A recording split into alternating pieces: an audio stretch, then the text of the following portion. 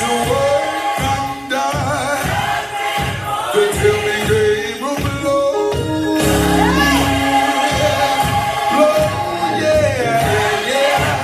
Gabriel blow,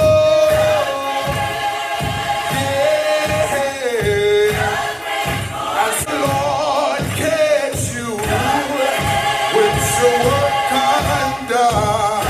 Oh, tell me where you gonna run, where you gonna hide. You better be ready. Because the Spirit of God, we don't know what to pray for. But the Spirit of God knows what the utterance, what to pray for, and what the need that the human body, heart, and soul need. So I'm thankful for that. I'm very thankful and humble for that testimony. Because the Word of God said we overcame Him by the blood of the Lamb through the words of our testimony. What that's saying is, what your living for God means something. Your prayer for God means something. Your praise for God means something. It spreads abroad. Because the Word of God says He sent His word and He healed them all. Yes. Glory to God. I won't be before you long. I know I got a few minutes, but I'm going to thank God for that time. And I thank God, first and foremost, I want to give honor to God. And Jesus Christ is my Lord and my Savior. And for this wonderful opportunity. And I thank God for the angel of this house, Pastor Joyce Hardnett, for the opportunity. I appreciate your labor of love and what you're doing in God's kingdom. And I'm just happy to be on the caboose, on the train. It's already moving. Yes. And I'm thankful that God got me in this ministry. I'm very thankful and humble. And I want to give honor to God as well for my generation, my grandmother and my mother. Y'all were just kind of just waving hands. I'm very thankful for you. Y'all did an awesome job with me. You know, I grew up in church. And as a little boy, as I grew up, they trained me. As Proverbs 22:6, they train up a child in the way they should go, and when they get older, they won't depart. And I know age ain't nothing but a number, but they taught us well. So I'm thankful to God that I came through in the generation that I came through. The golden era. Your parents wasn't friends with you. They didn't. They led you. They wasn't behind you or on the side, but you followed your parents' lead in obedience. And I'm thankful because I had a family that they shared the ride with the children. Because we grew up in deep south, New Orleans, Louisiana. So they taught us well. So I'm thankful for that. But I'm going to go ahead and lead in prayer, and we're going to start the service. Amen. Father God, in the name of Jesus, Lord, we thank you on today. Thank you, my Heavenly Father, that I speak with clarity. Crucify flesh, crucify self. I get out the way, let you get in the way. Because God, you know I don't know what they need, but you know what your people need. You know what they're dealing with. Somebody back is up against the wall. Somebody needs direction. Somebody needs guidance. Somebody needs a fresh start in you. And I just thank you for what you're going to do. Save, heal, deliver, and set free. In Jesus' name I pray. Let the people of God say amen. Amen. Glory to God in the highest. If you have your Bibles with me, if you could turn we're going to go to the New Testament. Jesus was preaching at this time. He just hopped on the scene. If you could turn with me to Matthew's chapter 4, verse 17. Okay. Glory to God. And I know I got Pastor Joyce. She's with me. I'm with you. Glory to God. That's right. And I appreciate my brother came to support me today. Actually, he's my barber.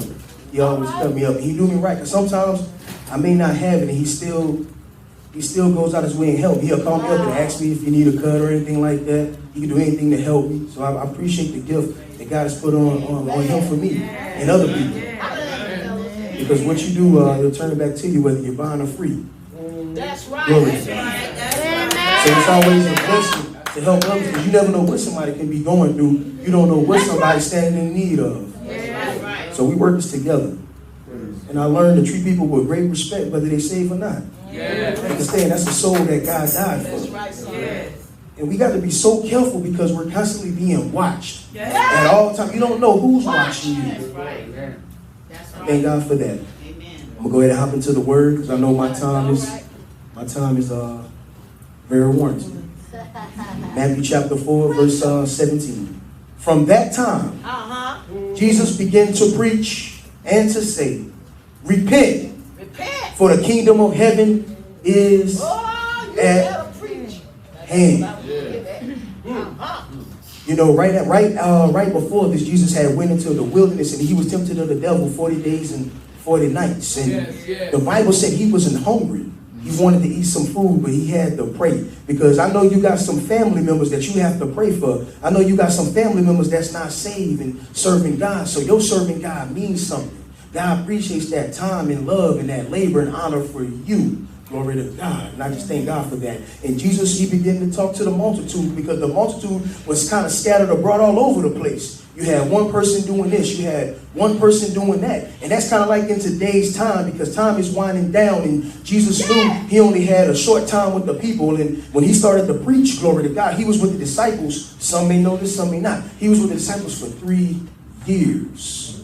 Glory to God. Jesus hopped on the scene when he was 30 years old. Because when he was a child, the Bible said he was preaching and teaching in their synagogues. But that's during that time. But this time, it was time for him to go out. Now, if you look at today's time, and if you look at this pandemic, we done got comfortable with God. I better say that again. We done got comfortable with God.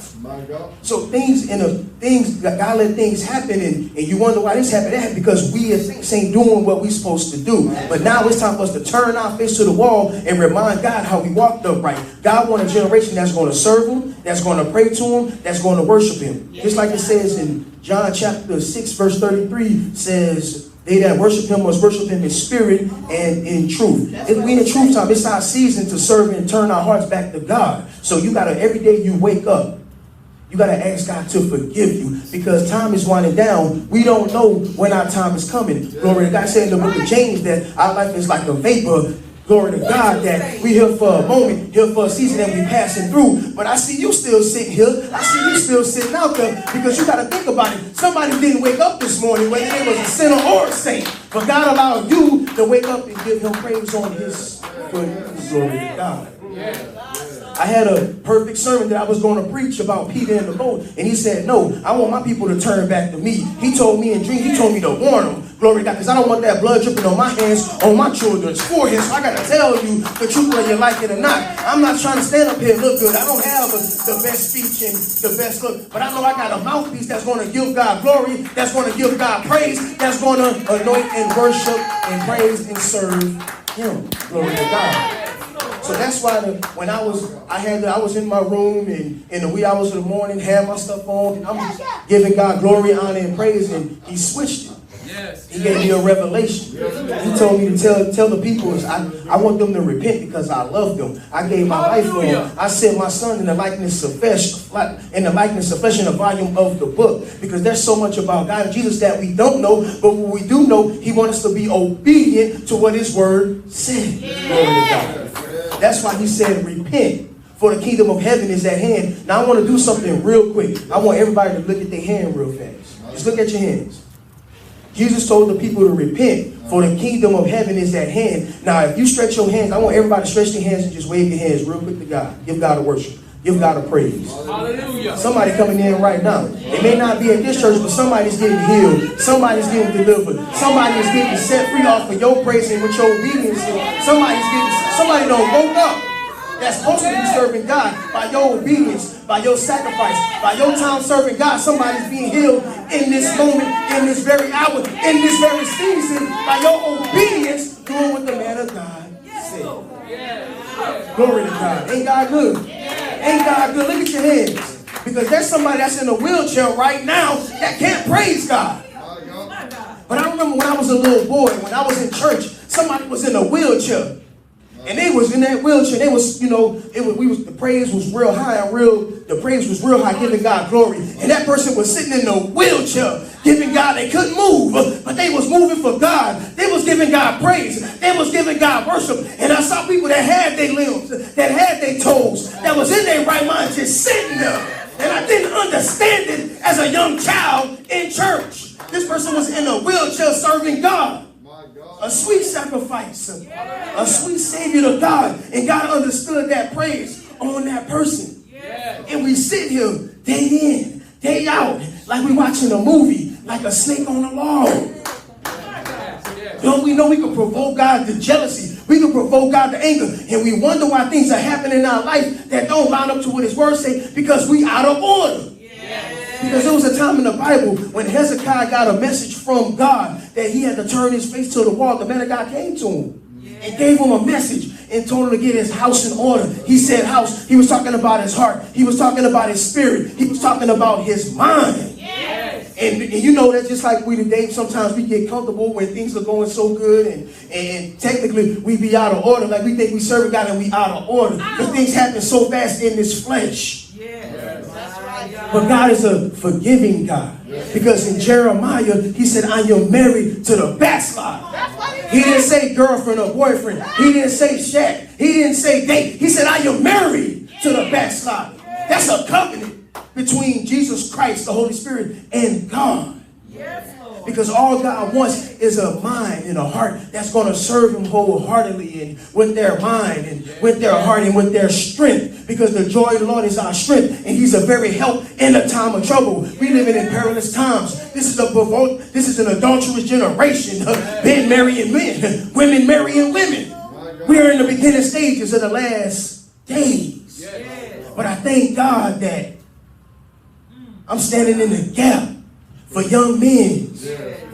I don't care what your color is. I don't care what your height is or what your centimeter or what your grams is. I care about your heart serving him. He made me like Jeremiah, the weeping prophet. I couldn't even eat this too because I know I got to come to church on an empty stomach because I know God got to get glory out of my life. I'm hungry right now. I want to eat. But I told Ezekiel, glory to God, my name of my son, that I got to eat the whole roll. I got to eat the whole roll. Times I don't feel like praying. I got to pray because I got children. I got my glory to God. I got to pray for my children's mother, glory to God. When it's hard to pray, that's when it's time to pray. When you don't feel like reading the word, that's when it's time to read. We're always being tested by God. And we want God's blessing. We want God's financial overflow. We want God's healing. But are we lining up to what his word say? Because when Jesus got baptized, the Bible said he came up straightway out of the water. Because it's that wide road that leads to destruction, but it's that straight and narrow path that leads to life everlasting. Glory to God. I thank God. I feel good. I preach myself happy. I preach myself happy. If James Brown, a sinner, said he feel good, I'm serving God. I'm feeling my best to serve God. I love the Lord Almighty. He's been great to me. He's been good to me. If you don't look at me, look at the older generation that I came up under. Glory to God. Look how good they look. Look how good you look. Sometimes you got to hold yourself and say, I am somebody in God. Sometimes you got to look yourself in the mirror. Sometimes you got to, smile. We are a blessed people. And God gave me another revelation, glory to God. We always say in America, God bless America. Well, it's time for America. It's time for America to bless God. That's what he's saying in his word. He said, if my people who are called by my name humble themselves and pray and seek my face, he said, I will hear from heaven, forgive their sins, and he will do a healing in the land. Look how good you look this morning. Like I said before, somebody didn't wake up. Somebody that was serving God. Somebody that was fasting in God. To be absent with the Bible says to be present with the Lord. But he allowed you to wake up on his footstool. I know it's warring time. I know it's praying time. But it's time to be obedient because the word of God says righteousness exalts a nation, but sin is a reproach to any people. Come on, somebody. Because you're around people that's dealing with stuff. You got to pray hard in today's time. You got to watch well as pray. That's why when I'm standing up here, I understand. And I thank God for it, glory to God, that when people come in, I got to watch well as pray. So God told me this is the spot I want you in. So when people come in and people leave, you can see them and still pray for them. We have to be mindful. That's why I thank God for in his army ministry. Because before I got here, I thank God for the ministry that I did come up under in Jacksonville. I'm thankful, I'm humble. But sometimes you can go as far as you can go. Because Jesus had to leave his dad. And he created the Father, Son, and the Holy Ghost. And he had an assignment that he had to do. And sometimes this assignment, things can go out of sync, out of whack. But when Jesus was in the Garden of Gethsemane, glory to God, the Bible said he had to pray hard before that cup was bitter. Because I was a man that was committing adultery. I was a man that was committing fornication. I was a man that was shacking. I was a man that was beating on his wife, glory to God. I got to tell you the truth. But I was provoked and I tried my best to hold off. But I got to be careful because I am a black man that's in America. So I got to watch hard in today's time. I got to tread light. The word of God says, where should a young man cleanse his ways? By taking heed to the word of God. I got to take heed to this word. I got to be on the spirit. I got to have my sword with me at all times. Because I don't want to carry a gun, glory to God. I know where my gun is at. If I live by the sword, I'm going to die by the sword. That's my gun right there. So I got to be obedient and I got to read that word. I got to pray over my kids. I got to pray over your kids. That's why your life means something for God, folks, family. You ain't here by chance or by reasoning. You came there because God wants you back. And if he did it for me, he's doing it. Because he said in the last days, he said he will pour out his spirit on all flesh. He said your sons and your daughters will prophesy. So when your daughter or sons have a dream, glory to God, tell them, you better pray with them because God is speaking through them. Don't shun them. When they're dealing with different things. Glory to God. He made me the youth minister and I see it. And I care about the youth. Because I'm a young man. I came up in a generation where I could deal with the old school and I could deal with the new school. Glory to God. So I'm right in the middle. So I'm in a spot where I'm right in the middle. God, I need you to help me to deal with both generations. Because it's a disconnect. Because now you see it in the music. Glory to God. And I grew up in a time, and I thank God for my father that done passed. And he used to always listen to that old school music. It's different. I'm going to be honest with you. It's just different. Glory to God. So that's why God gave me the music gift. To help counter. I may can't save a whole bunch, but if I could just get one to hit it, if I could just get one to learn how to get on his knees, and I know this generation is looking up to me. We can do this thing together. You may not be me, but you can probably, because one can put 1,000 to fight, and two can put 10,000 to fight. That's why I gotta teach my children. I gotta teach your children to pray. You may be a single father. You may not have the father in the house. But glory to God. That young man know how to pray. Your daughter know how to pray. Glory to God. Glory to God. So when it's time to make a withdrawal from your depository, glory to God. Because there was a time in the Bible, my Lord, he fed a multitude off the little lad. It's the little lads that you have that keep the house. They have that sticky stuff on the inside that can keep the house together most of the time. So you got to appreciate your children because they're anointed. And I see the gifts that's in them. Glory to God. And I thank God because Paul told Timothy to stir up the gifts. And they got so many gifts. But they battling different things. And I see what they battling. It's to the point where I can smell it in my sleep. But I'm going to pray for them. I'm going to stand in the gap for the children of this generation. He said in his word, suffer the children to come unto me, forbid them not. For such is the kingdom of heaven. Glory to God. My God. Don't you know that we in a generation where there's all type of beliefs and different things going on out there? Yes. You are the only one that these people can see.